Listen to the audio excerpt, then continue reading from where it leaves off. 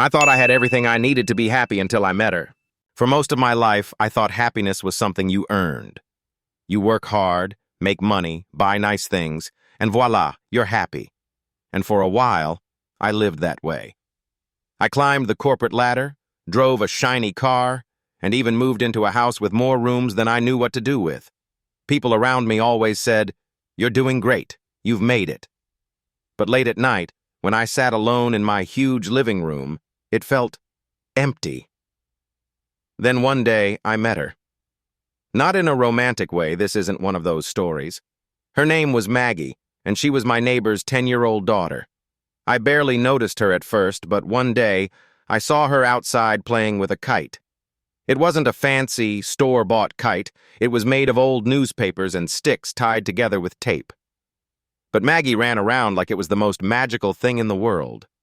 Out of curiosity, I asked her, "Why don't you get a real kite?" She laughed and said, "This is a real kite. My mom and I made it." Then she added, "It's not about how it looks, it's about how it flies." That simple comment stuck with me. Over the next few weeks, I got to know Maggie and her family. They didn't have much, they lived paycheck to paycheck, but they were the happiest people I'd ever met. They'd have backyard picnics with sandwiches and soda, laugh until they cried over silly jokes, and dance in the rain just because. It was like they didn't need things to feel rich. One weekend, Maggie invited me to one of their family game nights. I hesitated at first. Why would someone like me spend time with a bunch of kids playing board games?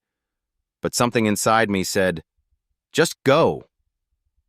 That night was the most fun I'd had in years. It wasn't about the game itself. It was the way they were so present with each other, so alive. That's when it hit me. Happiness isn't about the car you drive, the house you live in, or the title on your business card. It's about the little moments, the laughter, the connection, the feeling of being truly seen. I still have my job and my car, but now I spend more time making memories than chasing success. Maggie taught me that happiness isn't something you earn. It's something you create, one small moment at a time.